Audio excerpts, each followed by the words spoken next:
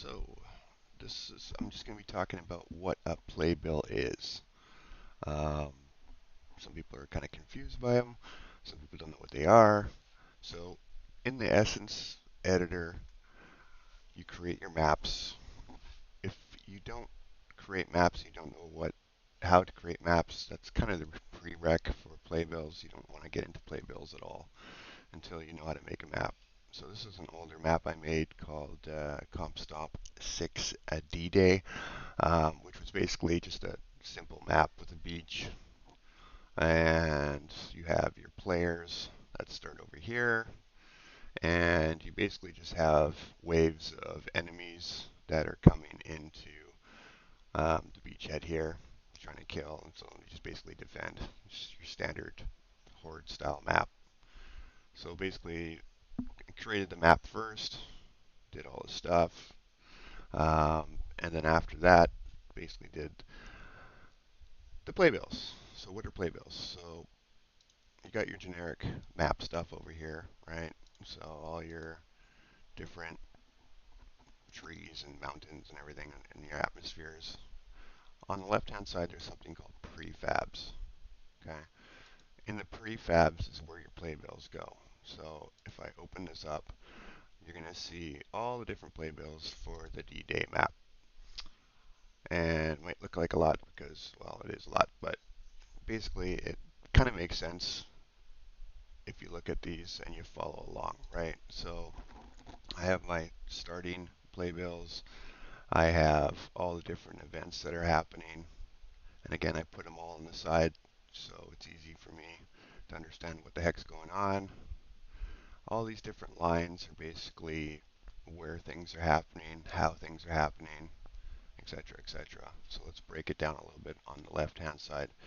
So I always start with a playbill that is an intro or start, and basically it's kind of introduction to the map because most players are so used to victory points or annihilation that they may not understand what's going on.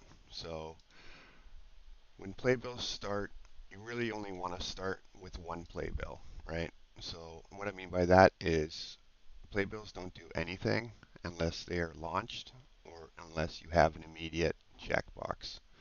The only one I have immediate checkbox for is the first one. Okay, oops, is the first one. So if you have everything start immediately, I've noticed it gives you scar errors for some players that might be on slower computers, whatever.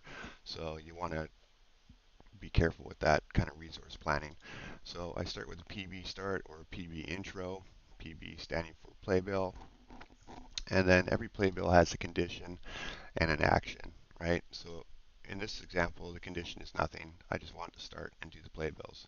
But a condition may be if a unit enters an area, if a capture point is taken by player one, if something dies, if something spawns over. There's a whole bunch of different conditions that you can do. As an example over here. So the ones I use frequently, unit at location, if the unit is owned by a player, um, has units, has resources, if you have a certain amount of resources, a whole bunch of different stuff you can do. But those are usually the more popular ones that I use is the unit at location or the health percentage, right? So if a unit is less than certain health, it means basically if it's dead, then do something. And you can have multiple conditions. So they can hit all the conditions right here, all or any or none, right? None doesn't make sense, but so you can have a bunch of conditions. If all the conditions are met, then the actions fire. But for the intro or start, I don't have any conditions. I just want to start. With playbills, like I said, they're very resource intensive, so you have to be careful how many that fire at a time. And with playbills, you use the wait command a lot. So example is when the game starts, I wait 5 seconds, just let everything load up, and then I do a title. And the title will be basically, what it is you're doing, right? So defend the beach, defend the bases, axis attacking the beach, etc., etc. So I'm telling the players what's going to happen. From there, I have a whole bunch of stuff happening. I'm launching different bombings. I'm launching the player modifications. So if I want pop cap changed, if I want resources, etc., etc. And then I have different things like just a little countdown thing, right? So text 3, 4, there you go, 2, 1, and then launch everything, right?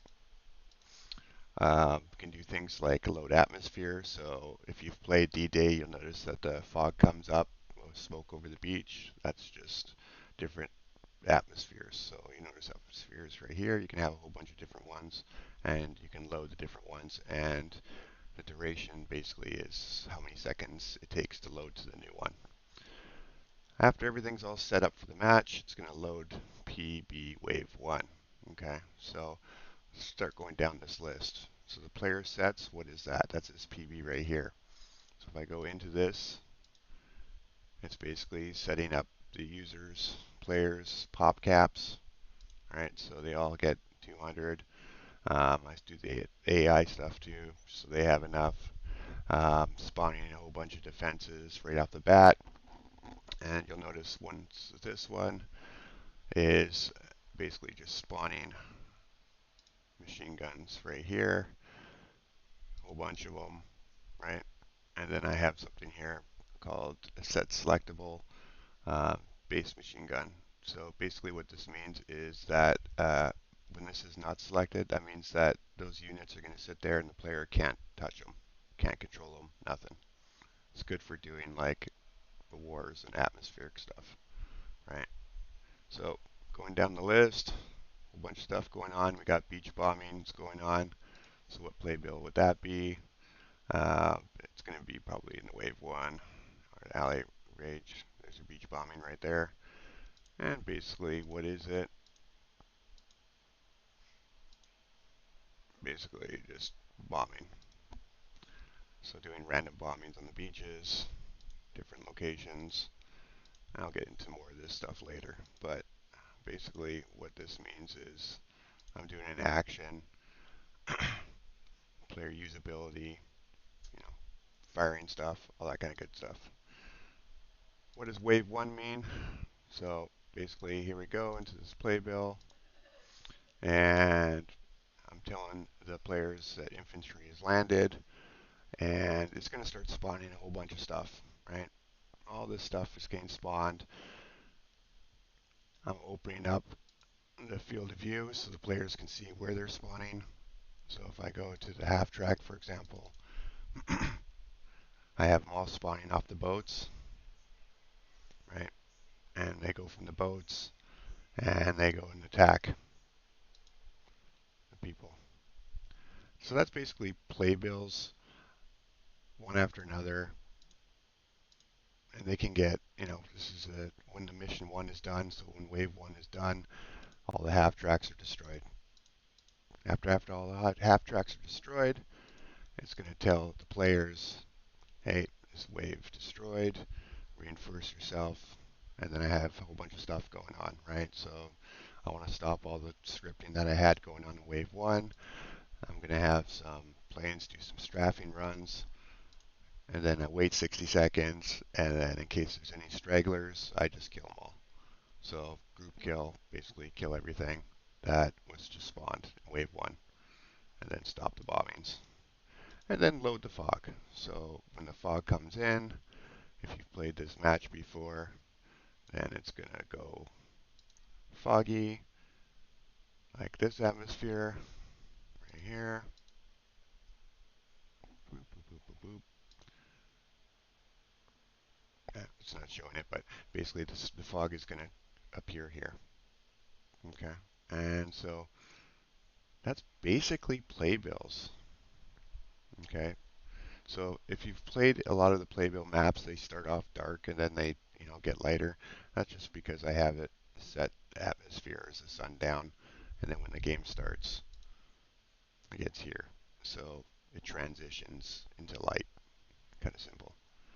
But anyways, what are playbills? Playbills is basically putting missions, putting intelligence into your maps.